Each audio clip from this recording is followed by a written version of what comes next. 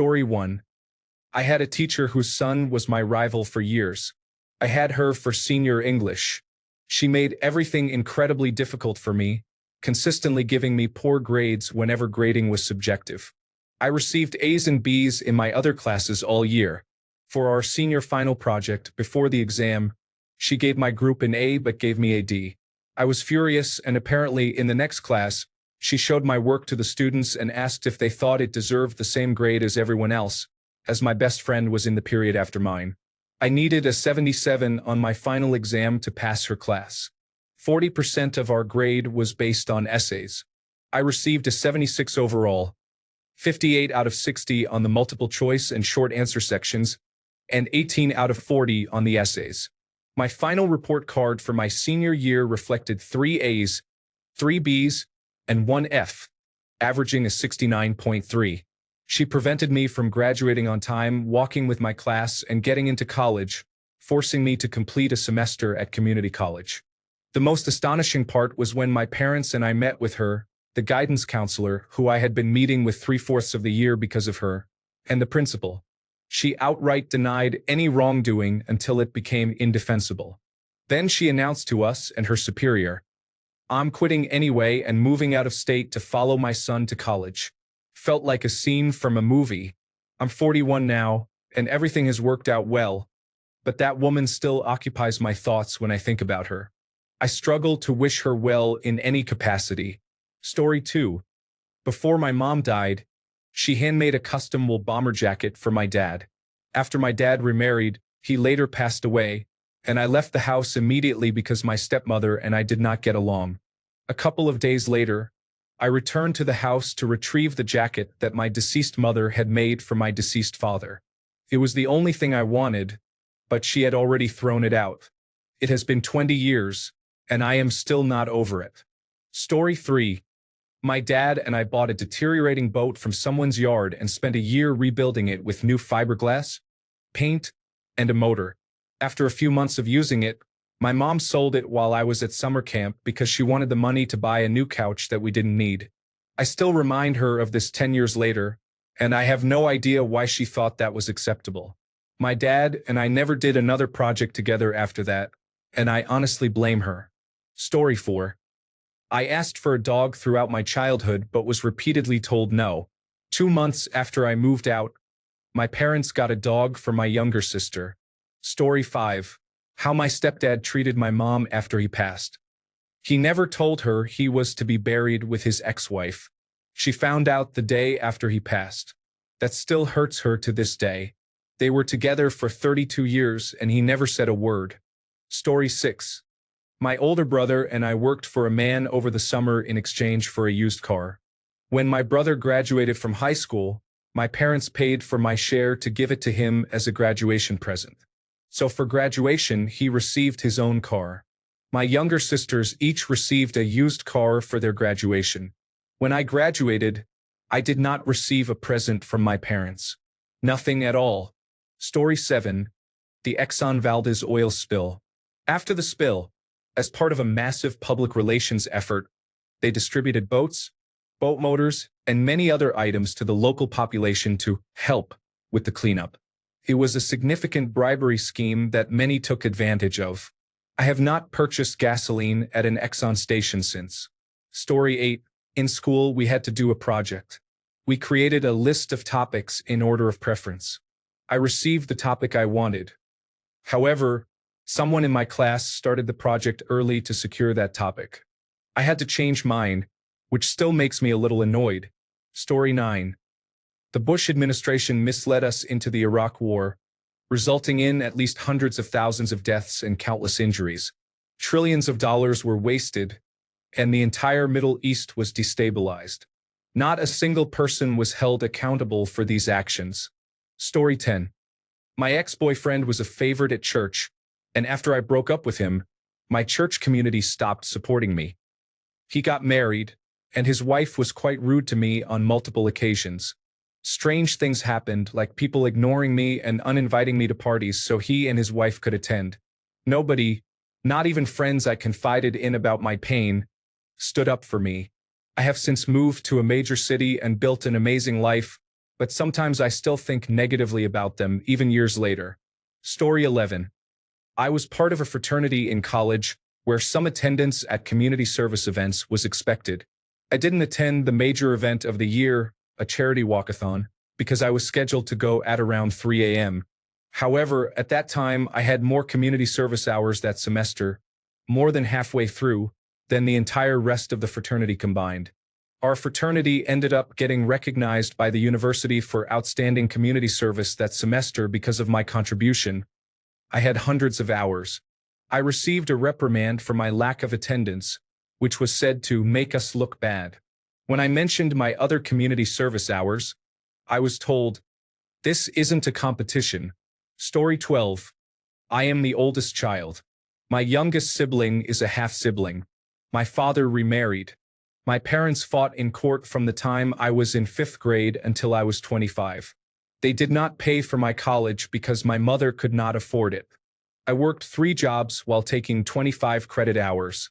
I was told that at 18, I was old enough to pay for my own education. I did everything in my power to keep my college expenses as low as possible. My college charged a flat rate for full-time students regardless of the number of hours taken. So I enrolled in 25 credit hours each semester. I still had to take out loans, which I am still repaying. This was during the recession. At one point, I was trying to rent a house near campus with a friend my family knew very well. I needed a cosigner on the lease.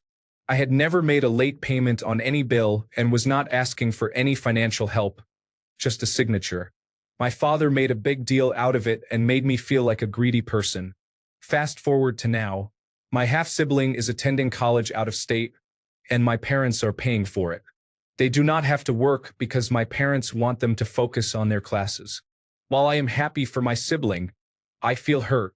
It makes me feel invalidated, not necessarily jealous, but more so hurt that my parents do not seem to care about my success in the same way. I read somewhere that parents treat you this way because they believe you will always land on your feet, which I always do, but it still hurts each time I hear about them doing something special and leaving me out. Story 13. Bankers behaved irresponsibly in the early 2000s, setting off the 2008 crash that ruined millions of lives. They were bailed out of the consequences of their decisions at taxpayer expense and faced no consequences. They continue to behave irresponsibly and are likely to crash the economy again. Why wouldn't they?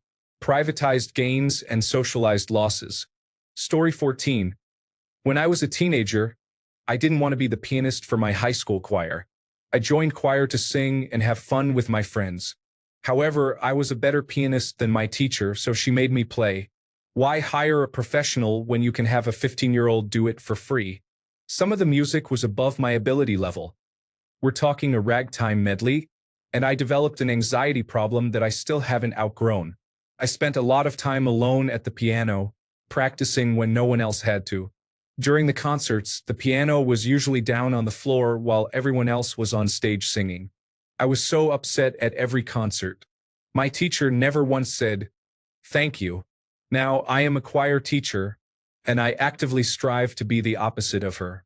Story 15. Giving the correct answer in class and my teacher telling me I was wrong happened twice, and I am still not over it. Story 16. About 19 years ago, my childhood best friend and I attended the same college. For our first holiday since college, we returned to our hometown via a 5-hour bus ride for the first time. Her sister also attended the same college, so the 3 of us purchased tickets to go home together for 2 weeks. Before and during the bus ride, I kept asking if we should buy the return tickets right after we arrived at the station in our hometown because I was worried they would sell out with everyone returning at once. They kept saying we could buy them later, a couple of days before we wanted to go back to the city. I trusted them. The sister had been doing this for 3 years already. Fast forward to 3 days before we were supposed to return. I called my friend about getting the ticket, and she said she and her sister had already bought theirs on the day we arrived in town. Just the 2 of them? She explained that since they were already at the station, it made sense to buy the tickets then, and she wasn't sure if I wanted to go back with them. Excuse me? After I asked a million times? There was no time to be mad, as I had to rush to the station to see if their bus had any seats left. Of course, it didn't. I had to get a ticket for a different day all by myself. It was honestly terrifying because it was not only my first time traveling to the city alone, but also my first time being alone in the city at all. From the bus station in the city to my college was another 2 bus rides away, and at that time I had only been living there for about 3 months and never once by myself. I was so scared. In hindsight, the travel wasn't bad at all, and it was the start of my journey toward becoming comfortable traveling and doing things on my own. Still, I feel a bit salty about that, not only because they didn't tell me they had bought the tickets until I called, but also because they were the ones who said we didn't need to rush to buy tickets right after we got home and then proceeded to do exactly that without getting one for me, and because they didn't think they were wrong, so no apologies were received. But we're still friends, as she is otherwise a wonderful person and has never hurt me before or since. Story 17. Mama Melrose's restaurant at Hollywood Studios removed a delicious dish. It was a pork tenderloin served over a bed of cavatappi pasta in a cream sauce with peas. It was really good. Story 18. Third grade spelling bee. I got donut. I spelled it donut. Now, apparently that is an acceptable spelling. I argued that's the way Duncan spelled it. I was eliminated. I'm 60 and still upset. Story 19. No flip mattresses are not for our convenience. You simply left one half of the mattress off, causing it to wear out faster. Story 20. The Republicans got away with refusing to confirm President Obama's nominee for the Supreme Court when Justice Scalia died, even though he had nearly a full year left in his presidency, which was about 25% of the term remaining. It should be illegal to delay the confirmation process for that long. The election should be less than 90 days away. Otherwise, they must confirm within a specific timeline. Story 21. My guardian kicked me out because I offended her boyfriend by telling him that calling the president a monkey and saying that black people are dumber was racist.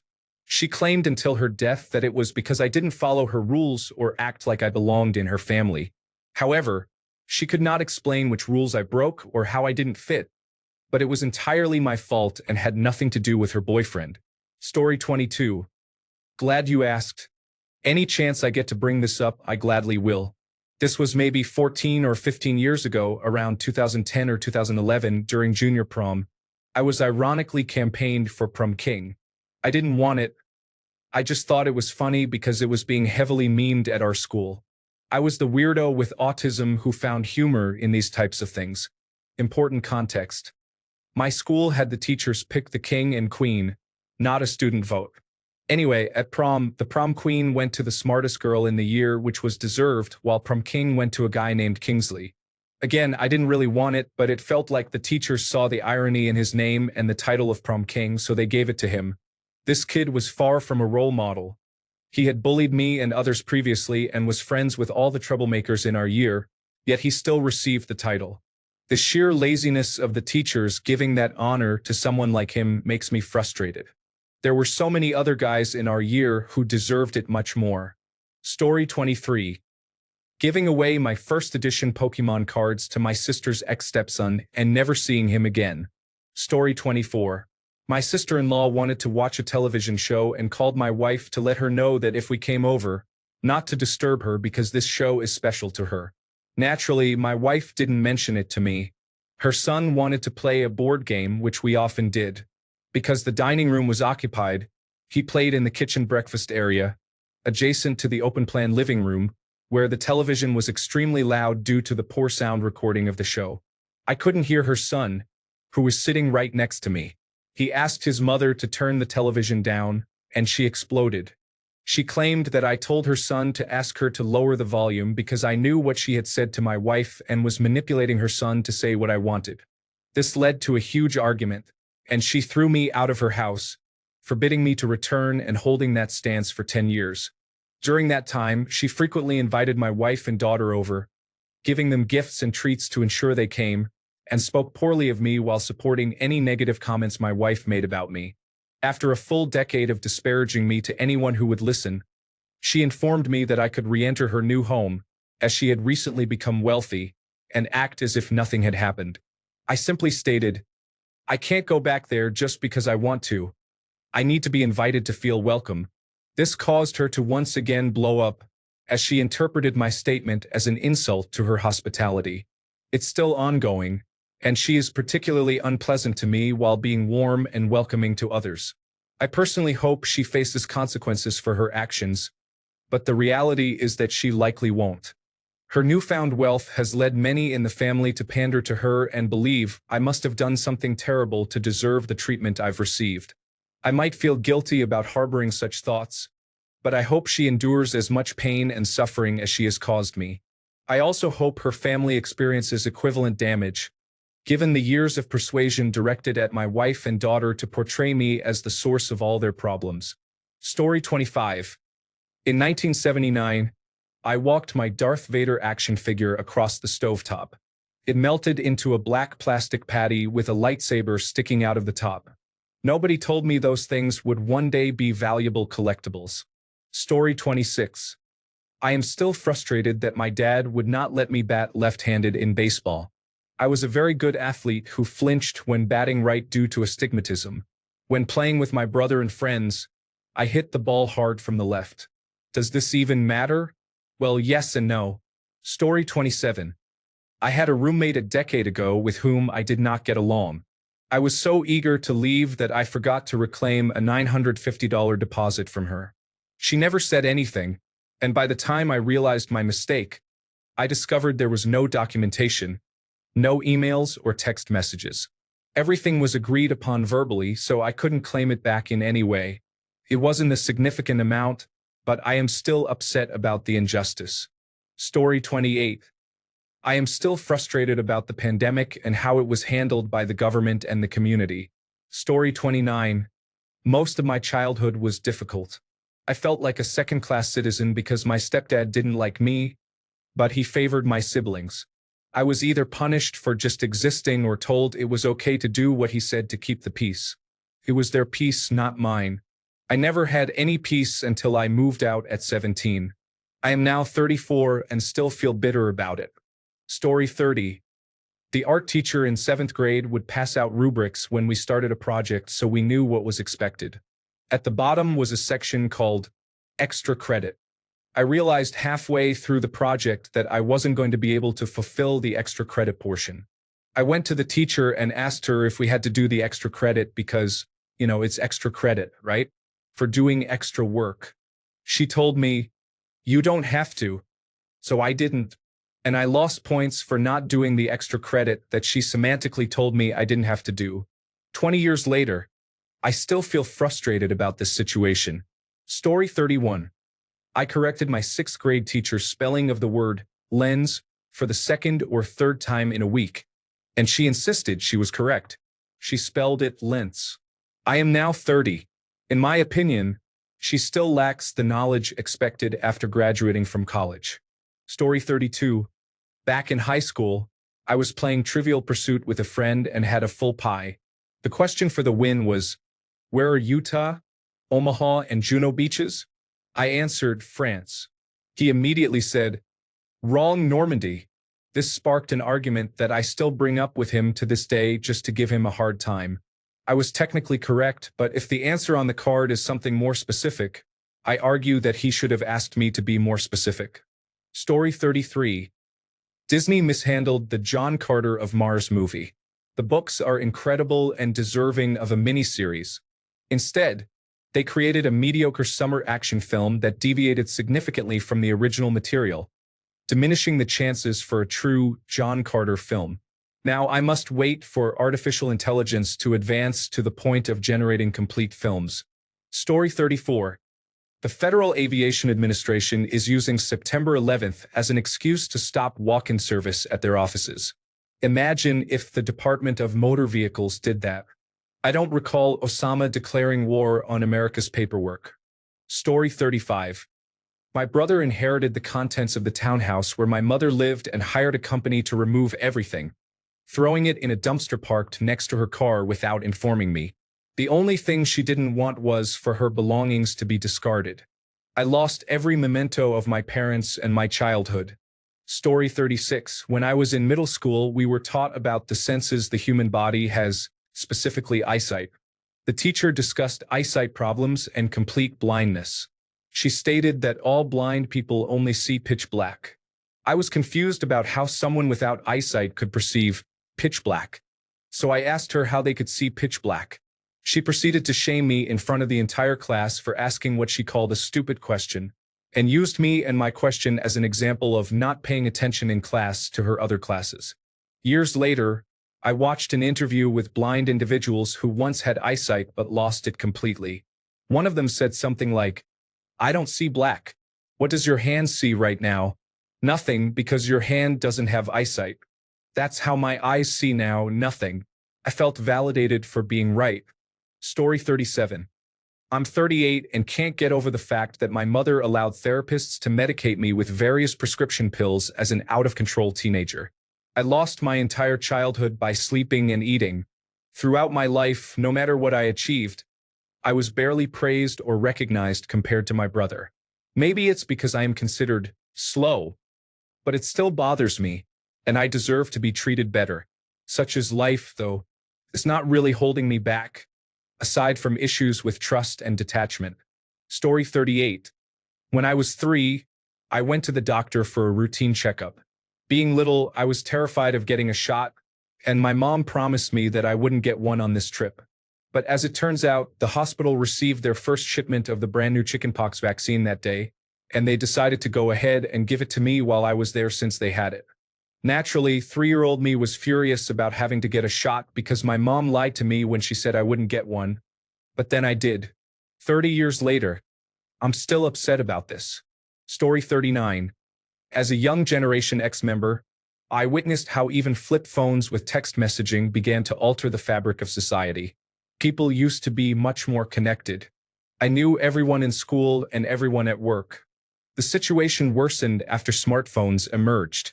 When I returned to college for a different degree around age 30, I was shocked by how antisocial and avoidant of eye contact the younger generation had become. Technology has had a negative impact on us. Things were much better before. Story 40. My father came home drunk at night and tried to harm my mother, hitting her on the couch, which was in view from my bed. I was 7 or 8 at the time. I didn't understand what was happening then, but I really hate him for it. Story 41. We had an exchange student in high school from the Netherlands. I got lucky and sat next to her on the way back from a field excursion. I was friendly with her, and I decided it was the right moment to chat. I was doing well, and she was responding positively. Everything was going perfectly until the bus hit a bump, and the air conditioning unit above our seats fell out, hitting me squarely on the head. I was left slightly bloody, embarrassed, and laughed at by my friends, who knew what I had been trying to do. It completely broke the mood, and I was too embarrassed to pursue her again.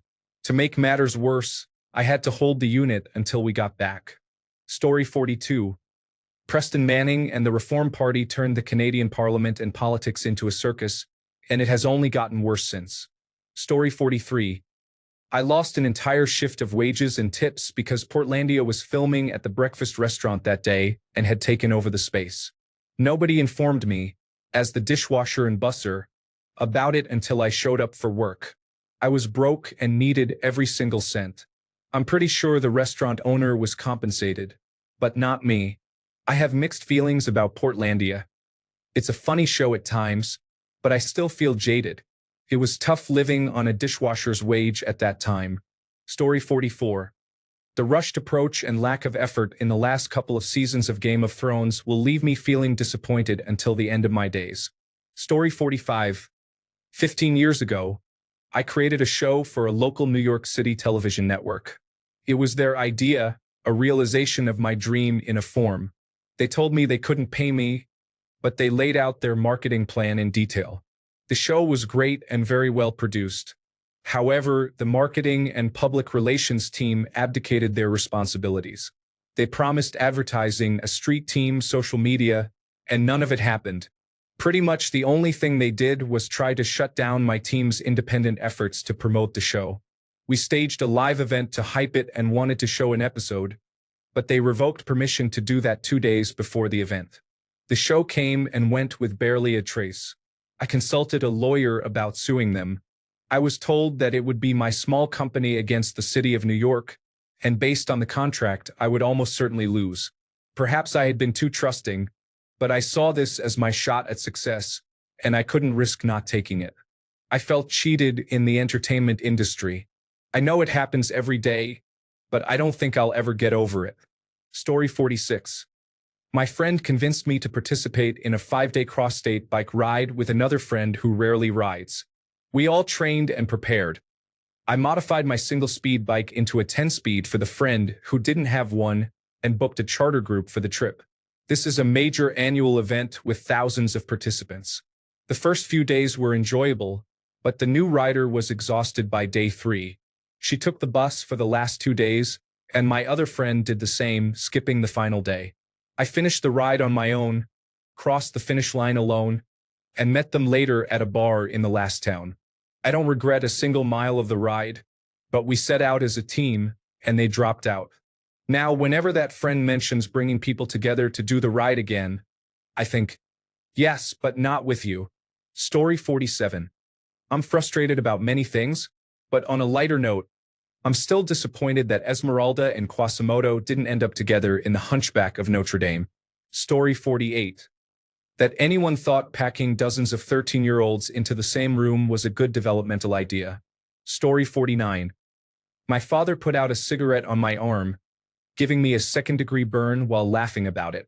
It still bothers me to this day, even more so now that I have a child. Story 50.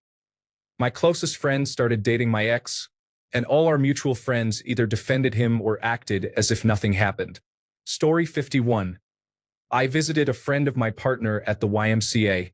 The parking signs instructed us to go inside and see the front desk for a parking slip. However, the lady at the desk refused to provide one. She was rude and unhelpful, which made it difficult for us to meet our friend at university. We were there for only about 5 to 10 minutes. After leaving, the parking camera issued a fine. The YMCA did not acknowledge it, so the parking company refused to accept non-payment and threatened me with escalation and additional fees. I had no real choice but to pay their £60 fine. The staff at the YMCA were unprofessional. Story 52. The person who cheated on my sister. My sister couldn't care less at this point, but I still hate him.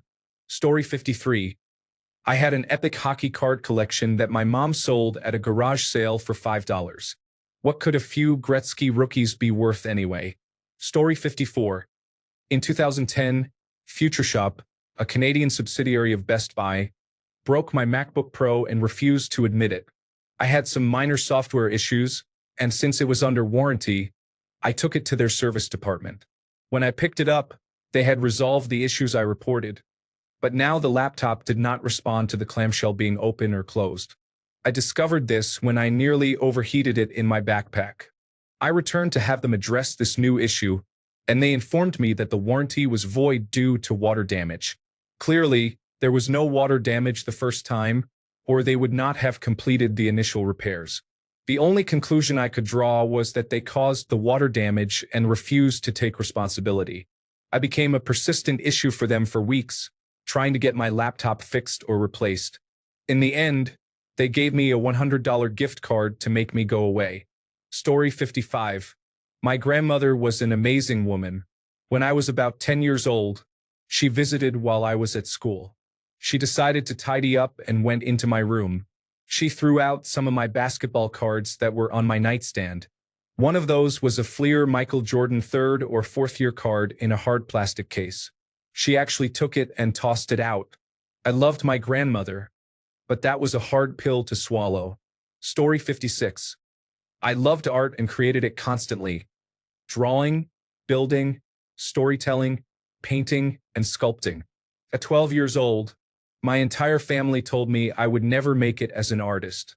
I regret taking it personally and quitting something that brought me joy. Story 57. Not being invited to 2 birthday parties in elementary school stands out in my memory. One was when I was about 8 years old. She was my best friend, and I helped her plan it. I assumed I was invited, but I was mistaken. The second party was when I was around 11. I was talking to a classmate, whom I thought was a friend, about the movie Miss Congeniality. The classmate said, "Well, we'll watch that movie at my party." "Oh wait, you're not coming to my party." I am now 35 years old, and I still can't watch that movie without remembering that hurtful moment. Story 58. A coworker publicly harassed me repeatedly, and my boss did nothing.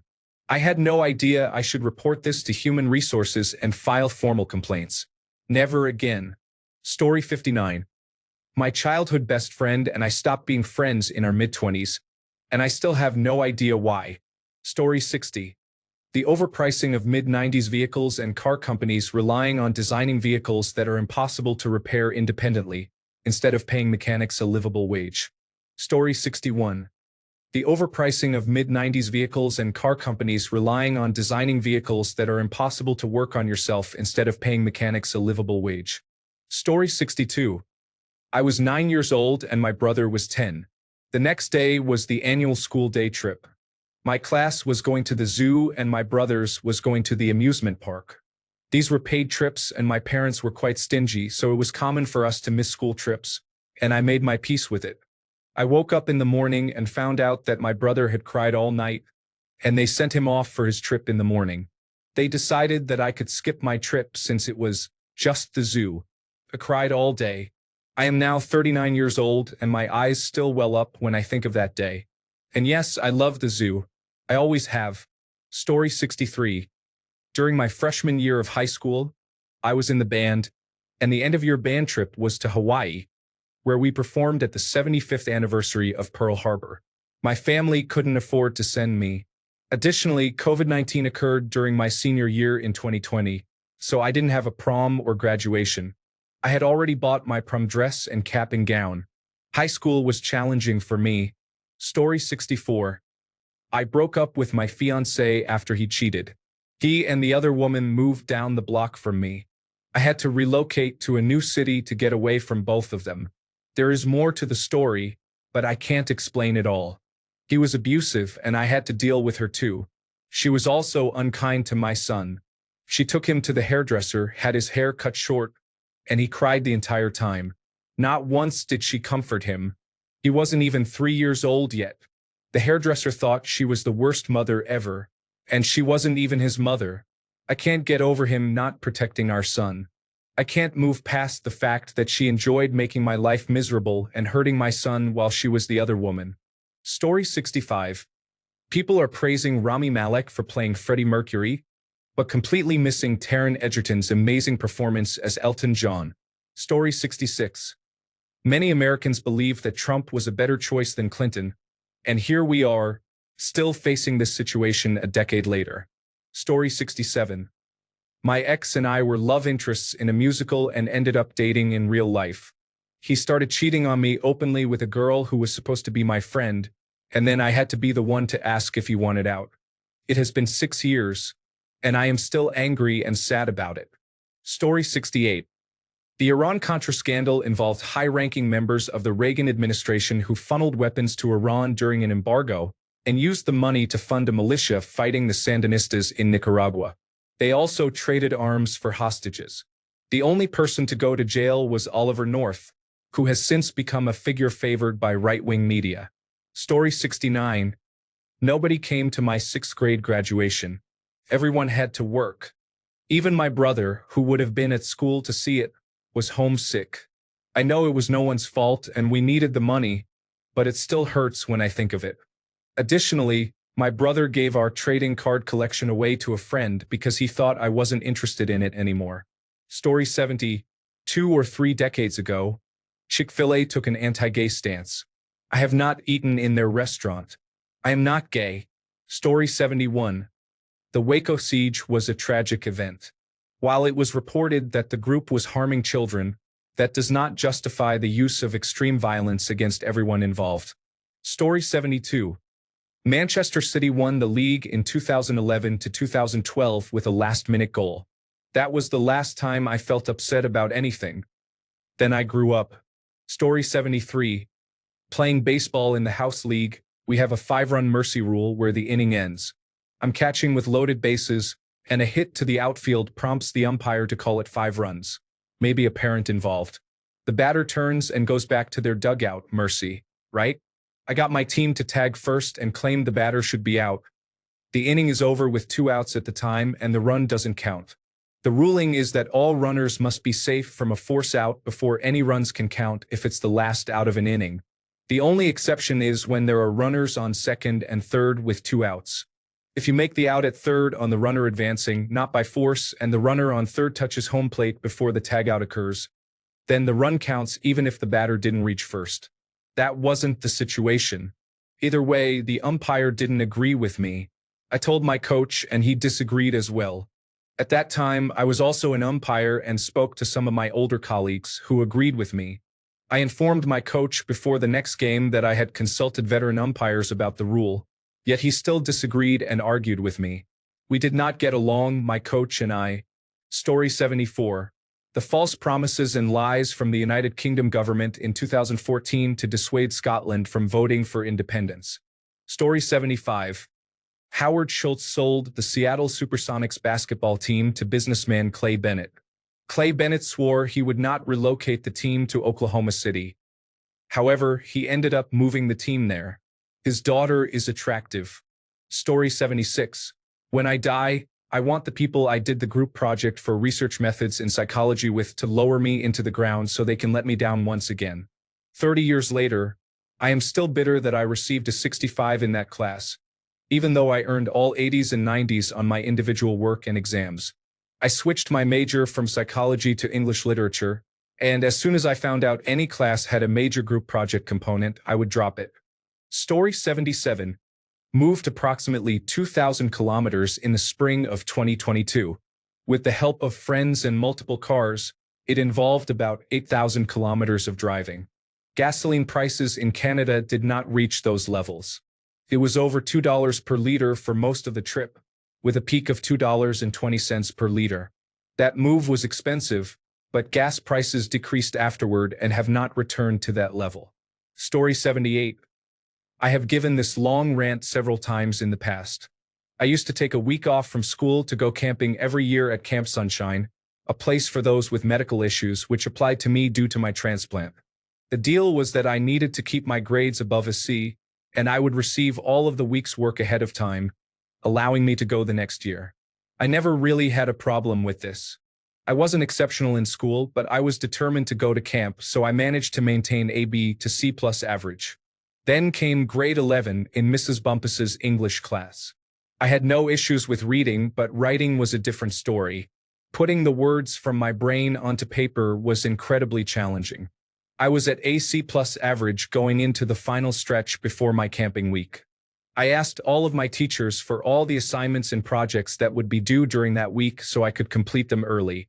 Everyone complied, except for Mrs. Bumpus, who said that there were no projects and that we were just reading, though I can't remember what we read that week.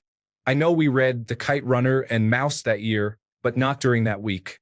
Since it was reading, she assumed I was probably already done with the book, which was correct. On the Friday before I left, she announced a significant project.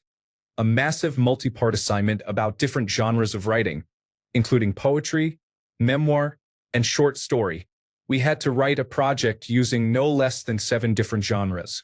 This was announced the day before I left and was due the day before I returned, with late submissions automatically receiving a 30% deduction on their grade. Given its total value, this project would easily drop my score below a C.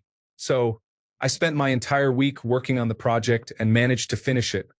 Handing it in before school even started on the day I returned. My final result? I received a 50% on it, which meant that, had it not been late, it might have been acceptable. However, it was late, and thus, what did that do to my final grade? I failed, an F on my report card, not even a D. I argued diligently that I had followed all the rules, yet my mother still refused to let me go the following year. The year I turned 18, which would have been my last chance to go. I still harbor a strong resentment towards that teacher. Story 79. I understand there were medical reasons, but no one knows, unless they have experienced it themselves, how it felt to not be able to visit loved ones in the hospital during COVID. My mother died alone because of this. I still hold a huge grudge and feel cheated out of something everyone should have the right to do, which is to be by their loved one's side during such a tough time. I just wanted to hold her hands and be with her. I hope she didn't die thinking I left her alone because I did not care. I also had questions about the care she received, and it was hard to understand the full story because we were kept away and couldn't be there to see how they were treating her. So yes, 2020 was the most difficult year ever. Story 80. My brother was pawning my belongings and stealing my tips from work for drugs. No one in my family believed me and just told me I was misplacing my things. He only got caught when he pawned my stepbrother's TV that was in my room. After everything came to light, my mom and her side of the family sided with my brother and said this is how siblings are. Story 81. I was quiet and awkward at 17, but I had a strong work ethic. The family chain sent me to the back of the house and I did a good job, which led to a career there. I live in a city where servers earn significantly more money and have more transferable skills. Story 82. I had a lot of fundraising materials stolen from me while I was in high school. A teacher witnessed it and everyone knew who did it. However, they were stars on the football and basketball teams, so the administration refused to impose any punishment. They didn't even make them pay for what they took. I do not miss living in a small town. Story 83. At the school my siblings and I attended, we could join the band in 4th grade, and we all did. Each of us needed an instrument. My oldest brother wanted a trumpet, so he got one. My sister wanted a clarinet, and she received one as well. My other brother wanted a drum, which he also got. I wanted a saxophone, but ended up with my brother's trumpet. Story 84. I'm old. Growing up, I wanted to be an architect. I didn't even know the word when I was little, but I was drawing houses and house plans in 1st grade. In 10th grade, we were allowed to choose electives, and I was so excited to see drafting on the list. I remember bringing it home to show my parents and being thrilled to have that opportunity. They refused. I was forced to take typing and could choose between sewing or hairstyling. I have never forgiven or forgotten. Story 85. My sister pawned my mother's custom-made gold jewelry. I feel very upset when I think about it. Story 86. When I was 11 years old, I won $100 at a school raffle. My mother made me share it with my brother and sister, even though they could have entered the draw but chose not to. Story 87. I played Little League as a kid in the early to mid-1990s. I was 9 years old and in the championship game, going up against the team that had the best pitcher in the league. The frustrating thing was that the umpire for that game was the other pitcher's mother. She had the most obnoxious, high-pitched, shrill voice whenever she yelled, "Strike!" She tried to subtly, and then not so subtly, call balls and strikes in her son's favor. My dad and a few others in the crowd called her out a few times, but they were dismissed as angry parents and warned they would be ejected if they continued. The pitcher was losing steam most of the way through the game. I found myself in that classic scenario of being in the batter's box in the bottom of the 6th inning. There were only 6 innings instead of 9. With 2 outs, the bases loaded, and we were down by 1 point. If I took a walk, the game would be tied. If I hit the ball, I could score 2 runs and win. On that final pitch, you could see the ball slip out of the pitcher's hand. It hit the dirt about 6 feet in front of the plate, sending dirt flying as the ball rolled across home plate. My team's dugout and some of the fans who saw it started cheering, thinking we had tied the game. Then a shrill strike rang out. Parents, even those from the other team, started protesting, and I immediately began to cry.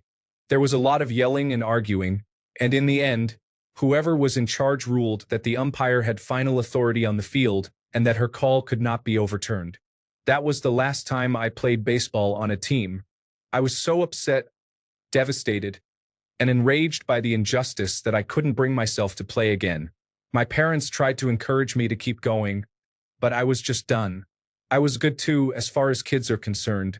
I often wonder what would have happened if I had continued playing and what I might have become if I had kept at it as I got older. Story 88. I had my wisdom teeth removed. My mom, who has not had major dental work done, including her wisdom teeth, which she still has, did not allow me to take any of the Vicodin I was prescribed. They prescribed something like 2 pills every 8 hours. At the time, I was 18 years old, 5 feet 1 inch, and weighed 95 pounds. She felt I did not need it with the prescription-strength Tylenol they also provided and thought it was too strong of a prescription. I definitely needed it, especially since I only received 1 day off from work. Story 89. I had a 2-day commitment for school at the same time I'm usually scheduled for work. I requested time off well in advance, but they still scheduled me. I tried to find someone to take my shift and ask the manager for help. Nobody would do it. Long story short, I didn't show up to work that night until the manager called and said I wouldn't be in trouble but needed to come in after my school commitment. They still wrote me up when I arrived but mentioned they would cover my shift the next morning. I came in the next day after my school event to get lunch, and my coworker said, "You're brave for showing up. They're upset and have taken you off the schedule." So, I was fired despite being told twice that I wouldn't get in trouble. Story 90. This thread makes me sad because it is full of unfairness. However, it brings me joy to realize that other people have experienced mean and unfair things as well. They can use those bad experiences as a way to connect with others who understand. Story 91. My mom gave her car to my brother, who already had a car and lived with them. Meanwhile, my car was in the shop with expensive repair bills, and I lived 800 miles away while attending college, which I paid for myself. Story 92. A guy from my high school was obsessed with me, always staring in the halls and making sly comments about my appearance. He even talked about me online as if we were a couple. He privately messaged me and told his then-girlfriend that I was trying to steal him away, but I never wanted him.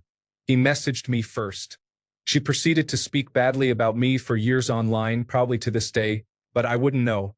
He talked about me as if I had it out for him, but I honestly didn't know him that well. I assumed he hated me and blocked them all. They created fake accounts and commented nasty things under my posts. To this day, when he sees me on dating apps, he swipes right and tries to talk to me. I have never hated a person before, but that guy is dead to me. He'll have to chase me until the end of time. I don't care. Story 93. When I was in university, I took a job in the school's microcomputing services department as a facilitator for networked classrooms. These were a mess of wiring. Each room had a projector, a computer, a DVD player, a drawing board, a dozen microphones, various cameras, and other equipment that a teacher would use without giving the facilitator any plan in advance. The best approach was to wire everything up so it was all online or easily switchable. That is what I did for the largest of these conference rooms. I connected everything. I tested it and confirmed with my counterparts in 3 other locations. I wrote out detailed instructions for the next facilitator, labeled everything, and made sure it was easy to understand. The next time I entered the room, someone had scribbled over my instructions, "NOIT don't," and disconnected everything except for the main camera and the projector. Whatever the professor wanted to use, it would take several minutes out of their lecture time to set up. This situation arose, and the professor was exasperated. "Didn't you set this up last week?" At the end of that lesson, I reconnected everything the way I had set it up before. The next day, I was called in for a one-on-one with my supervisor. She was angry. She did not want me messing with the connections anymore. The person who had scribbled on my instructions and disconnected everything? Her choice. A senior technician I was somewhat acquainted with, someone I got along with and still have no issues with whatsoever, had been in the room after me. Either he did not understand it or was unaware that someone else had tampered with it. No one else had logged in. But it was not uncommon for professors to use a room without officially logging in to prepare their setup, and assumed the junior technician who set it up, me, was incompetent. My supervisor chose to believe the latter. I disputed this. I asked if she had talked to the facilitators or the professor of the class I set it up for. She had not and was not going to. I offered to show her how it worked. The room was 2 floors up from her office. She said, "I trust my guy, and I don't trust you," and refused to give me any opportunity to defend my work. I was not fired, but it was clear that she would dismiss me at the earliest opportunity, particularly if I were ever again caught doing my job. Thanks a bunch for sticking around till the end of the video.